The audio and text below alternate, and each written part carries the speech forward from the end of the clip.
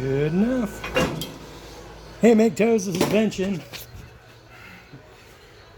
I better kill this music before the copyright people get me. Just charged up my old FRS radios. I've got about twice that many. These are the ones that are slow to charge. They're like 15 years old or so. I've been a prepper for quite a while.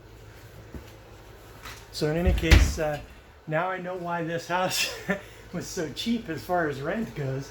It localized flooding about once every year, 3 years, according to the neighbor. This yard here freezes. I mean, not freezes, but floods. So I loaded up the camper and I was just about ready to burn rubber, and then the water started coming down. And man, I'm old. Sleeping in your own bed is a good thing. Good times. When I start running around the country in the camper, then of course my camper bed will be my own bed. But for the time being, it's in my room. So what happened is this place is flooded a little bit. It flooded about maybe 2 inches or 1.5 inches. And fortunately for me, I don't keep anything vulnerable on the floor. So I didn't have a problem. I don't think my floor jack will have. Hopefully the floor jack won't be harmed. Vacuum cleaner was up off the floor. So, yep. But, you know, it doesn't bother me even the slightest. I mean, it's kind of weird because it might be that I'm bored and having something kind of unusual going on, like this flood, was actually mildly entertaining. So, yeah. So I found some old wood in the shed, one of the sheds, and it's dry as a bone, so it should do very well in the wood stove here. And it seems to be burning. Yeah, good times. So it'll heat it up in here. I can wear a normal shirt, and while I'm sweeping this place out. So yeah, mildly. Actually, I don't really care.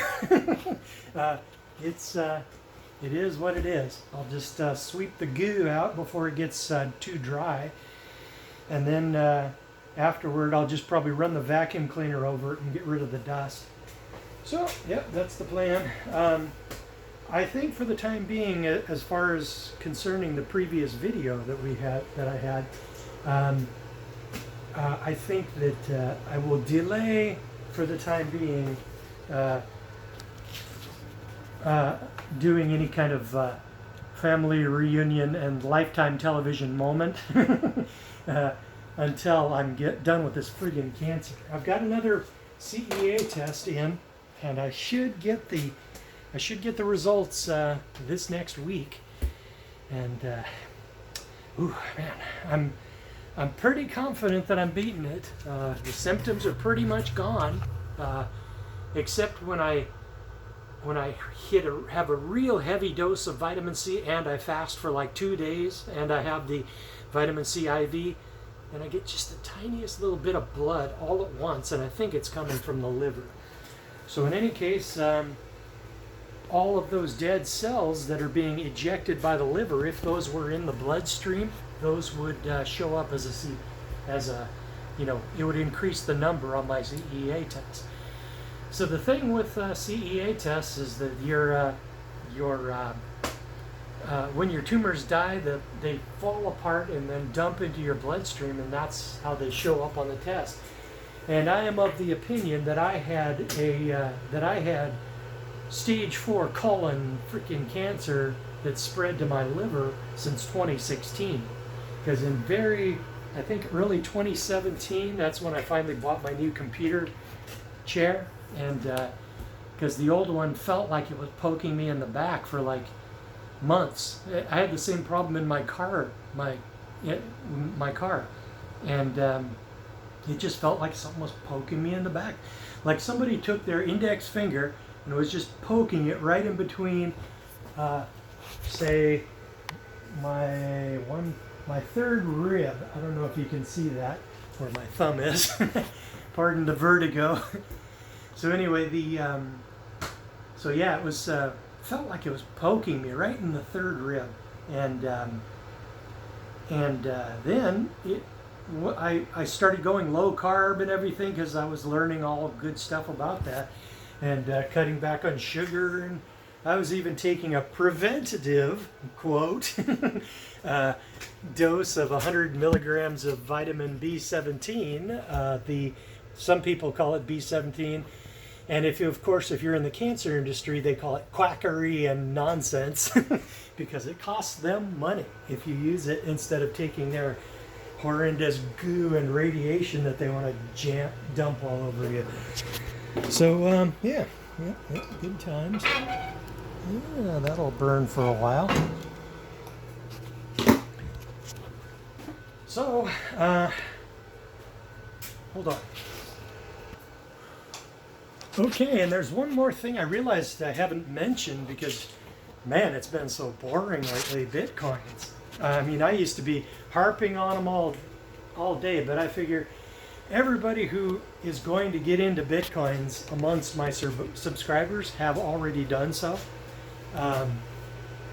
So I don't really harp on it that much, but I probably should because it's revolutionary. I mean, it's a way of taking back financial power from the people who really run the country, and bring some of that back. And it's not like a revolution, you know. It's more like just an adjustment that you make in your own personal finances, so that your own personal balance sheet is more likely to be in the black rather than in the red. So yeah.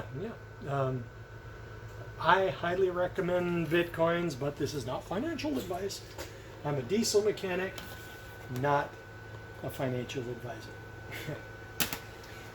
So guys, that's about all I got for you. I'm going to delay the family lifetime reunion moment, and I'm going to finish sweeping out this workshop, and then go get my IV on Monday and get hopefully the results of the test will be in. And then, man, if I could get rid of this cancer, jeez, man, the whole world is open. This is like the ultimate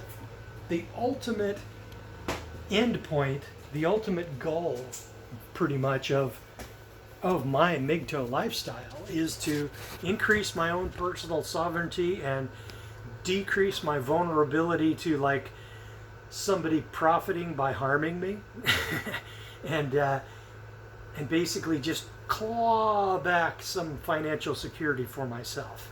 So that's what I'm up to, and it's worked out so well. And don't even worry about my cash. I mean, I could be fine. I mean, I'm a frugal guy, you know. I don't have to be buying truck campers and whatnot all the time. But I can, but basically, I believe even if the price never changed from the current point, I would be fine up until 2 pensions and Social Security start paying something. Knock on wood.